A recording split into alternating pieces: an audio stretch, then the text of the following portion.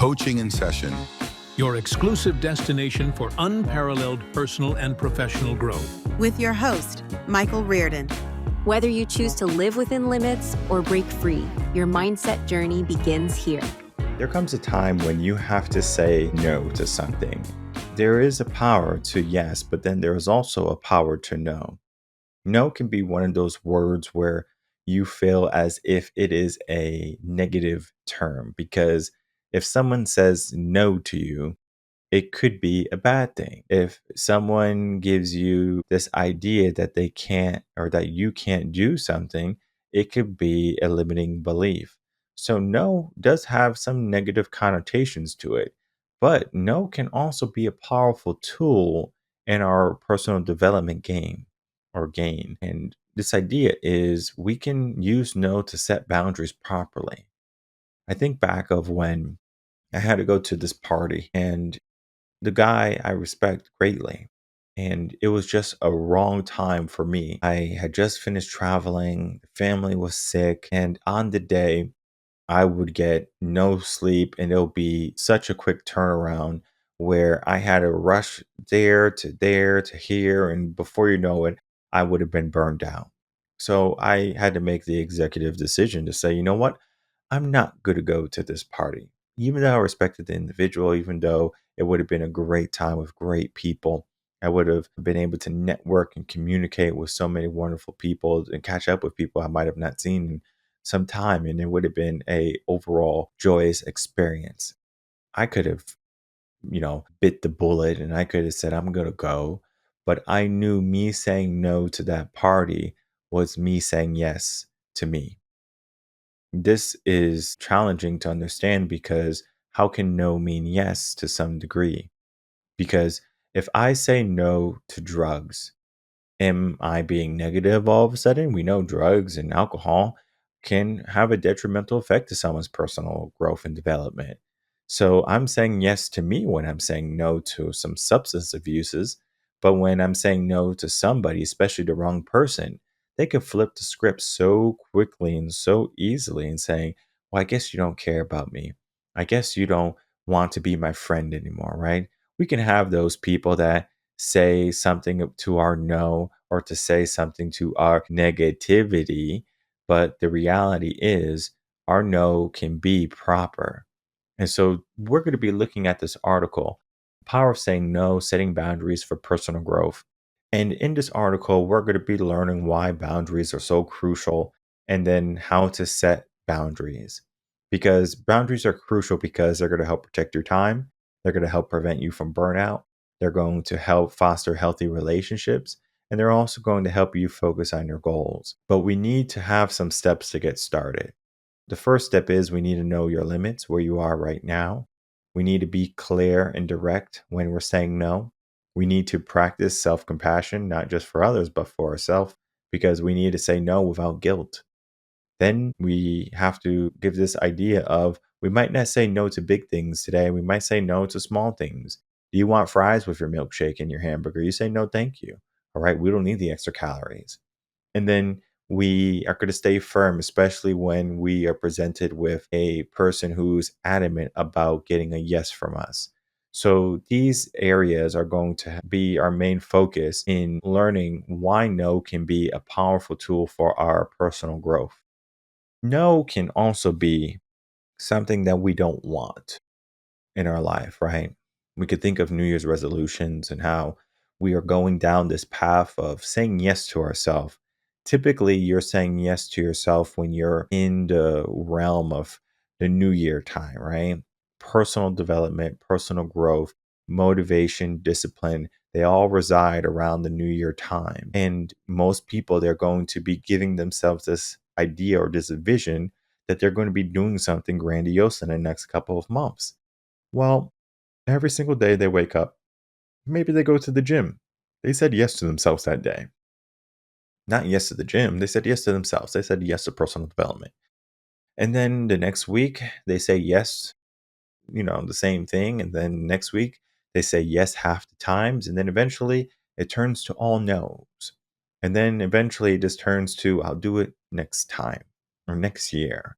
So the no's are something we are so readily willing to sweep under the rug or to throw away for another day. It's not something that people are like, hey, I'm saying no and it's going to empower me. People are not empowered by no all the time. They're empowered by yes. It's easier to be empowered by yes because yes has a positive nature to it. The brain loves that endorphin of yes, yes, I'll do this. Yes, I'll do this. But then again, the yeses can be a hit and no. If someone asks you to do their workout for the umpteenth time and they can do it themselves, that yes can be a gravestone for you in that work environment. You're going to get burned out. You're not protecting your time because maybe they leave at 5 o'clock, but you leave at 6 o'clock because you have an extra workload. So you're not protecting your time and you're now burning out from your work. All of these things are not fostering a healthy relationship with yourself and with others. You need to know how to set the boundaries. Well, one of the things you have to understand what no can do is it can help you with your goal. Let's say your goal is to lose some weight. And let's say you want to lose 30 pounds, right? So it's a significant amount of weight. Maybe your friends are like, hey, we're going to go drink some beers and have some pizza. Guess what? Your goal is to lose 30 pounds, not to go out for pizza and beer with your friends. Now, I'm not saying that you can't go out and enjoy time with your friends and have a beer, have a slice of pizza, right? With moderation, maybe. But maybe it's more of this idea of we're going to go out to the buffet and splurge on these things. We're going to get pints of beer and we're going to get boxes of pizza and we're going to eat it all, right?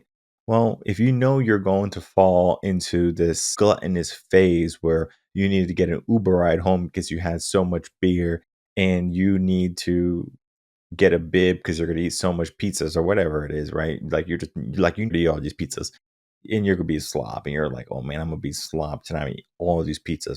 When I went to Connecticut just a couple months back, one of the things I didn't do in Texas was have any pizza. I didn't have any pizza from the pizza parlors that are decent here in Texas. I didn't have any pizza from like the freezers or anything. Like I wanted nothing to do with pizza because I knew when I was going to Connecticut, I was going to get some pizza. And if you know anything about Connecticut, pizza capital of the world is New Haven, Connecticut. So I was like, I'm going to get some good pizza when I go to Connecticut. I don't need no mediocre pizza. I want the best of the best. And if you can say that, I want the best of the best, and you say no to everything else, imagine what you can do. Think of going to Olive Garden or think of going to the buffet and they have expensive dishes and dishes that fill you up that are inexpensive. So when you eat the bread and you eat all of the, accoutrements, like the things that are going to be filling like muffins and bagels, and sure, it might be exactly what you want.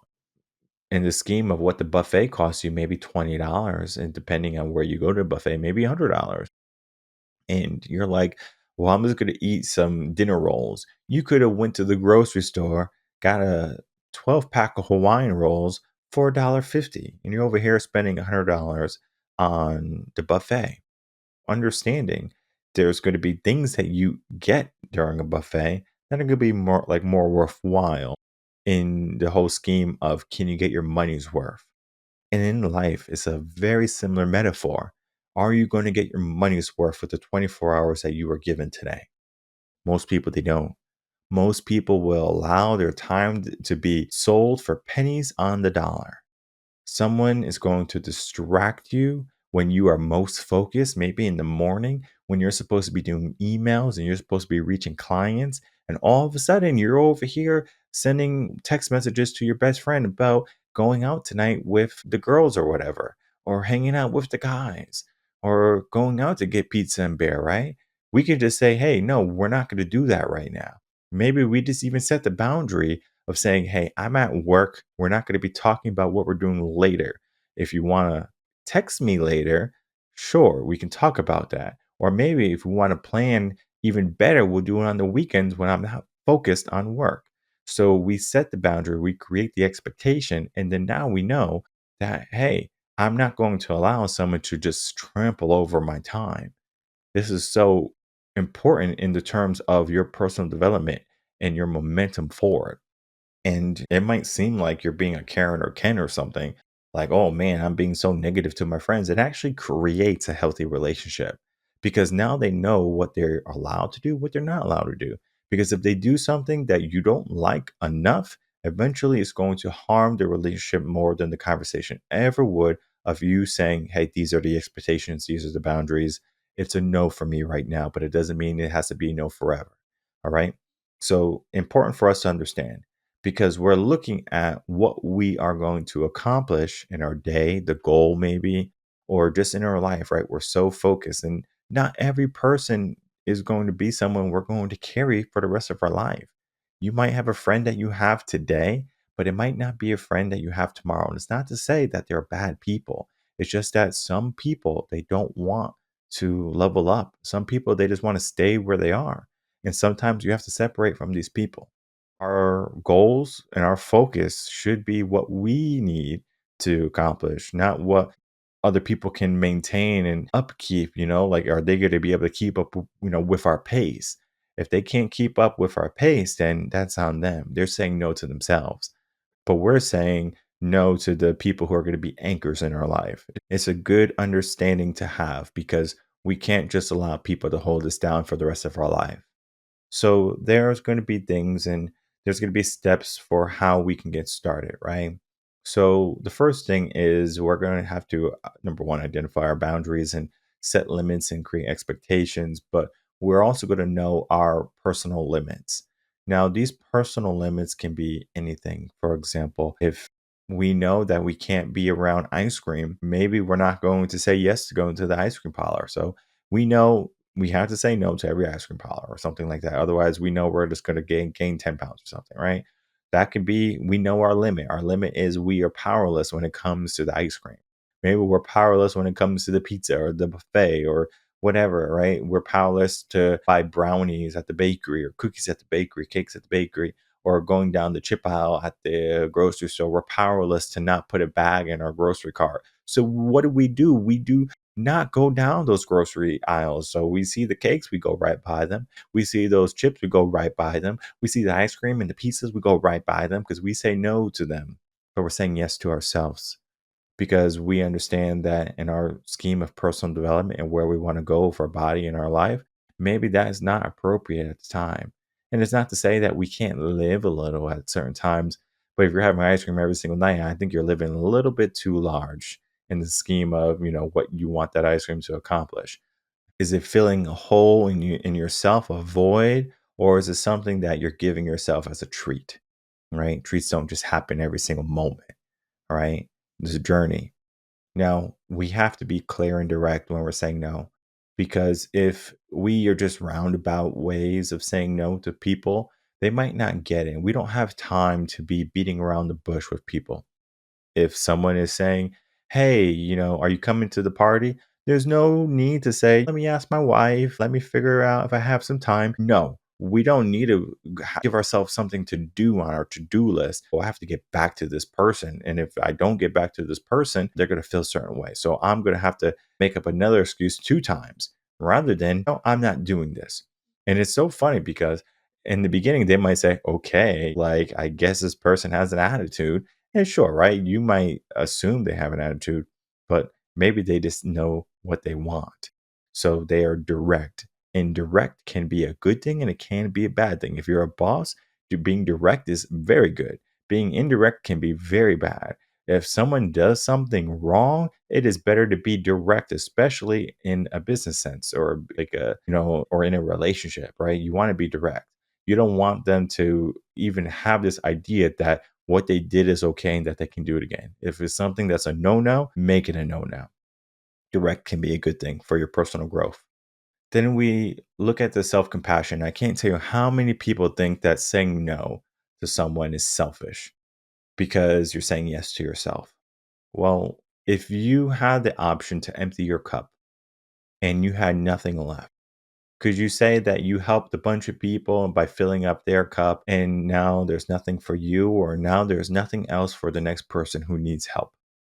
This is a detriment that many people are falling into because they think that if I fill my cup and someone else fills up their cup and I help them fill up their cup even more, that they would reciprocate what I've done for them. And even though it's nice to where there's some reciprocation, but the idea is if you're filling up your cup and you're emptying it, you have to do all that work by yourself to fill it up again, most likely. Of course, you can give yourself good, strong people and things like that. And maybe everyone fills up everyone's cups evenly and is overflowing and it's nice.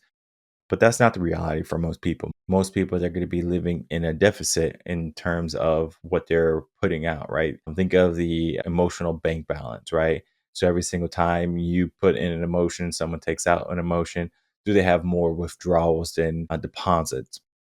And you can do the work to figure that out quite easily. Are someone asking more than what they're giving, right? Is this relationship good?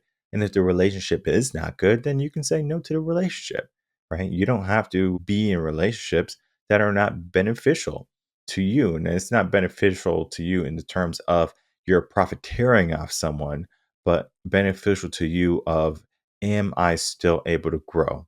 And you're growing at a capacity where you feel comfortable growing. Not like I'm kind of growing, I'm going like at 1% and everyone else is growing at 5%. Can you be okay with that 1%? And maybe that progress is good enough for you. But again, in the terms of personal development and your growth and prosperity, 1% is not enough, especially if we want to get to our goals in our life, and especially if we want to maybe even look at our goals beyond our goals. So 1% might not be enough. Saying no to those people can be a benefit to you. And maybe it can also, again, create better relationships because they say, you know what, this person wants to go at 5% like me or something like that. Maybe they will help you, right? They learn saying, okay, this person needs this. I need this. Let's work together. This is not to say that everything that we're talking about today is going to be easy. You have to start small. Maybe your boss is asking you to do too much work. And there's a guy who is really good at his job, and I forget the book, but he is basically saying, like, to his boss, like the person who signs his checks, I can only do so much. And so he has all of these projects that he's supposed to do 5, 10, 15 projects, and they all have due dates. It's not like you can do them whenever you want. It's like this needs to be done by next week, Friday. And so he was at capacity, and his boss came in one day, and the boss said, hey, I need you to do this project because you're the best man for the job.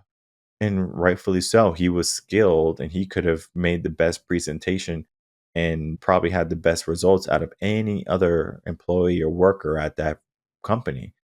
But he brought the boss over instead rather than saying yes. And he said, which of these projects would you like me to put on hold or not do? Because I'm already at capacity and I can't do this new project that you want. So either you find someone else to do this project or you tell me which project you don't want me to do. And basically the boss was set back. He was like, whoa, it was like, I didn't think of it that way. And so he found someone else to do the job and he was able to allow the person to do all the other work that he had on his agenda. The boss wouldn't know if the person didn't say no in a way or in a fashion that would enlighten the boss. And so now the boss is more aware, the relationship is better. And now it's like we are staying firm on this idea of I'm not going to be overloaded and burned out because you're not paying attention, right? You know what you are capable of doing right now and today. You might not be able to do a lot today. And maybe with endurance and some practice, you can build yourself up to that. But you need to stay firm. And your no today is not a yes tomorrow. If your kids ask to borrow a car and it's a hard no on school nights, you're not going to say yes one night because I don't feel like driving. If my kids want me to drive them somewhere and it's late at night, and I'm like, I would rather drive you than for you to go to a party and you drinking or doing something that you're not supposed to. Now there's a bigger problem. You have the car, and maybe you feel as if you can still drive. This happens quite a bit, right? But if you know what can possibly happen with a yes, that means you probably did the work of what could happen with a no. Sometimes no can be a more powerful statement. No, you're not going to allow this. No, you're not going to do this. No can be the expectation. No can be the line in the sand. No can be the boundary. No can lead to personal development. And in this article here, where we're talking about how the power of saying no, setting boundaries for personal growth is so important, is essentially talking about that no doesn't have to always be a negative word or this negative idea or this negative concept. It could be this starting point for you to build something upon. Of course, yes can be a powerful tool, especially like when you're building initially. But when you are building and you're growing, no can be even a more powerful tool than yes, especially when you have your empire, especially when your time is limited, especially when your focus is so primed and pristine. You are going to have to be able to say no for the things that are going to take you out of the zone. So there's going to be times when you say yes, of course, but then there's going to be times when you say no. When you say no, let it be heard, not just a whisper. Let it roar. Let it echo within someone's ears and let it vibrate throughout their body and their soul so they get a good understanding of who you are. You're a person that's not only determined for the yeses in life, you are a person that has done the work and have set the boundaries and the expectations for other people to follow. Your relationships are going to prosper because of it, and the productivity of what you can do and what you will do is going to skyrocket. There is a power in both yes and no's, and you just have to know how to use both effectively. We have articles now on both the power of yes and on the power of no. So you can go to our blog page and our blog section or in our resources, and you can type in the power of yes or the power of no, and you can get to each article and then even to each of the podcast episodes. And of course, if that's not enough, you can always reach out to us, revenconcepts.com, get yourself some coaching and get this idea of saying no out of your head because you want to be a people pleaser or you're worried about what someone else would think. Confidence can be difficult to build, but the more you do things for yourself, the more confident you will become. And no can be maybe the most confident building word in the dictionary. Because if someone asks you to do something and you say no, and it has no emotional effect on you, on if you feel bad about saying no to that person, it could mean that you are in a state of personal development and that you're doing things that are going to help you prosper and help move you forward. So the goal or this idea of setting boundaries is not about just saying no to others. It's about saying yes to you. Say yes to yourself today.